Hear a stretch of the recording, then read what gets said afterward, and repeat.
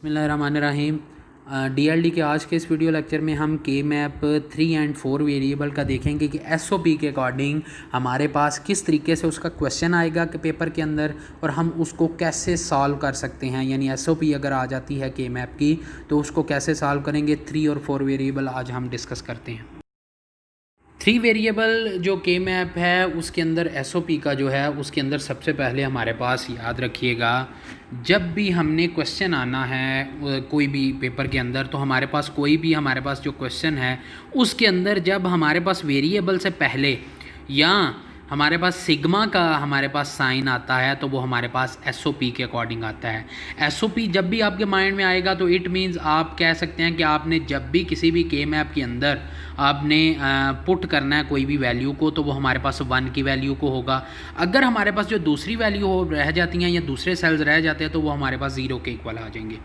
अब सबसे पहले आपने याद रखना है कि मैंने लिखा है from red group we can get product term A bar C, ठीक है। तो इसके अंदर एक बात याद रखनी है कि मैंने जो ये वैल्यू है आपने ऊपर देख लेना क्वेश्चन उसके अंदर 1 3 6 7, तो इट मीन्स आपने इस वेरिएबल के अंदर आपने क्या करना है, हमारे पास 1 1 की वैल्यू ऐड कर देनी है। अब हमारे पास है ये तीन वेरिएबल का जब भी हमने के मैप बनाना है तो 3 वेरिएबल के अंदर हमने 8 हमारे पास सेल्स बनेंगे।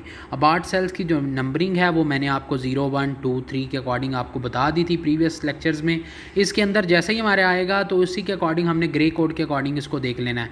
तो रेड जो है हमारे पास उसको हमने क्या कर दिया, उसको हमने एक सेल बना दिया, हमारे पास ये पेयर बन गया। अब इन दोनों सेल्स को हमने इकट्ठा कर दिया।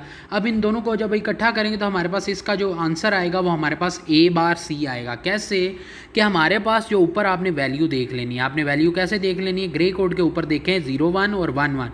हमारे पास जो वैल्यू चेंज हो रही है उसको आपने क्या कर लेना है, नोट डाउन कर लेना है। यानी हम जो हमारे पास वैल्यू हमारे पास ए की पहले देख लेनी है। तो ए तो हमारे पास चेंज ही नहीं हो रहा तो हमारे पास क्या होगा, हमारे पास वो वैल्यू एज ए बार आ जाएगी क्योंकि 0 है तो ए बार आ जाएगी। जबकि हमारे पास जो वैल्यू हमारे पास चेंज नहीं हो रही, यानी जो हमारे पास वैल्यू चेंज हो रही है बी सी को आपने देखना है, यानी 2 कॉलम्स आपने देख लेने हैं। तो उसके अकॉर्डिंग 0 1 1 1 इन दोनों में से जो वैल्यू चेंज हो रही है उसको हम नहीं लिखेंगे, जो वैल्यू चेंज नहीं हो रही हम उसको क्या करेंगे, एज इट इज़ लिख देंगे। तो हमारे पास वो वैल्यू आ जाएगी सी। यानी आगे नेक्स्ट हमारे पास ग्रीन बॉक्स देखें तो ग्रीन बॉक्स के अंदर हमारे पास क्या आ जाता है, बॉक्स पेयर बन जाता है फिर, ठीक है। तो इसमें आपको क्लियर हो जाएगा कि इसके अंदर हमारे पास जो रो के अकॉर्डिंग देखें तो हमारे पास क्या आ रहा है, हमारे पास 1 एज इट इज़ रो में आ रहा है, वो चेंज नहीं हो रहा तो हम उसको एज इट इज़ लिख लेंगे यानी ए बार लिख लेंगे। जबकि हमारे पास 2 कॉलम में देखें ऊपर से नीचे तो हमारे पास जब कॉलम में आएगा तो हमारे पास किस में, इन दोनों कॉलम्स के अंदर हमारे पास एक वैल्यू चेंज हो रही है। जो वैल्यू चेंज हो रही है उसको नहीं लिखेंगे, जो वैल्यू नहीं चेंज हो रही उसको हम डायरेक्ट क्या करेंगे, ए बी के अकॉर्डिंग लिख लेंगे। हमारे पास ये वैल्यू आ गई क्योंकि हमारे पास 1 2 0 में चेंज हो रहा था सी, ठीक है। तो इस वजह से हमने उसको नहीं लिखा। तो हमारे पास ये हमारे पास फाइनल एक्सप्रेशन जो आएगा वो हमारे पास आएगा ए bar C plus A B के अकॉर्डिंग।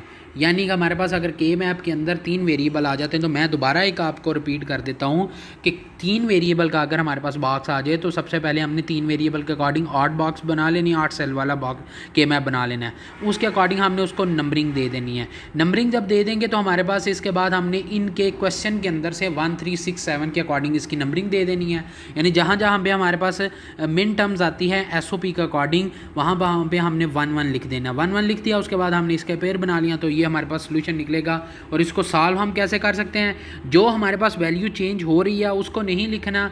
यानी हमारे पास ग्रे कोड में देखें तो हमारे पास 0 1 में चेंज हो रहा है तो हम उसको नहीं लिखेंगे, ठीक है। तो हमारे पास 1 1 में चेंज हो रहा है, 1 एज इट इज़ रहा है तो हम उसको नहीं, अब उसको लिख लेंगे। और जो 0 1 में चेंज हो रहा है उसको हम नहीं लिखेंगे। अब इसके बाद हमारे पास 4 वेरिएबल का के मैप आ सकता है कि हमारे पास मैंने आपसे पहले जो क्वेश्चन लिखा था उसके अंदर मैंने सिग्मा पहले लिख दिया था, उसके बाद वेरिएबल लिखे थे। इस तरीके से भी क्वेश्चन आ सकता है। और हमारे पास पहले वेरिएबल भी हम फंक्शन के अकॉर्डिंग लिख सकते हैं और बाद में सिग्मा भी इक्वल के बाद भी लिख सकते हैं, यानी हमारे पास दोनों पॉसिबल वैल्यूज़ हो सकती हैं। यानी इसके अकॉर्डिंग हमारे पास अगर वैल्यू आ जाती है तो हमारे पास 0, 2, 5, 7, 8, 10, 13 और 15, यानी इन सेल्स के अंदर हमने क्या करना है, डायरेक्ट 1 1 पुट कर देना है।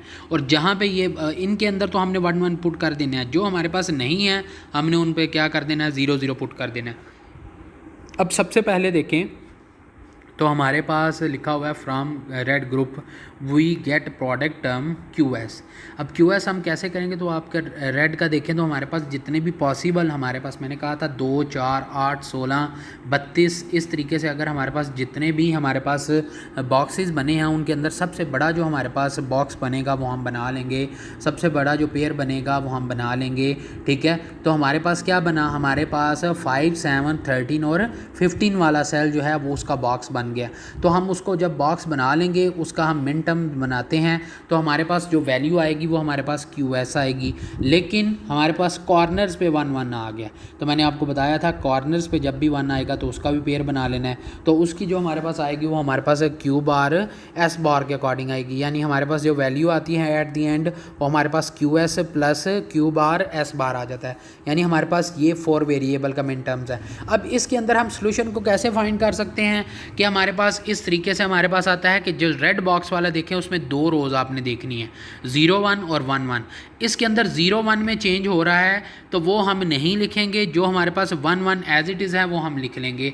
जबकि ऊपर देखें दोनों कॉलम्स रेड वाले बॉक्स के ऊपर और वो कॉलम देखें तो उसके अंदर 0 1 में चेंज हो रहा है तो उसको हमने R को नहीं लिखना, लेकिन उसकी जगह हमने क्या करना है, वेरिएबल का 1 1 लिख देना है। ठीक है, तो उसी के अकॉर्डिंग हम 1 1 को जब देखेंगे तो वो S की वैल्यू है तो S की वैल्यू को हम एज इट इज़ लिख देंगे। इसी तरीके से हमारे पास Q बार और S बार की वैल्यू हम फाइंड कर सकेंगे। ये हमारे पास था 3 वेरिएबल और 4 वेरिएबल SOP के मैप।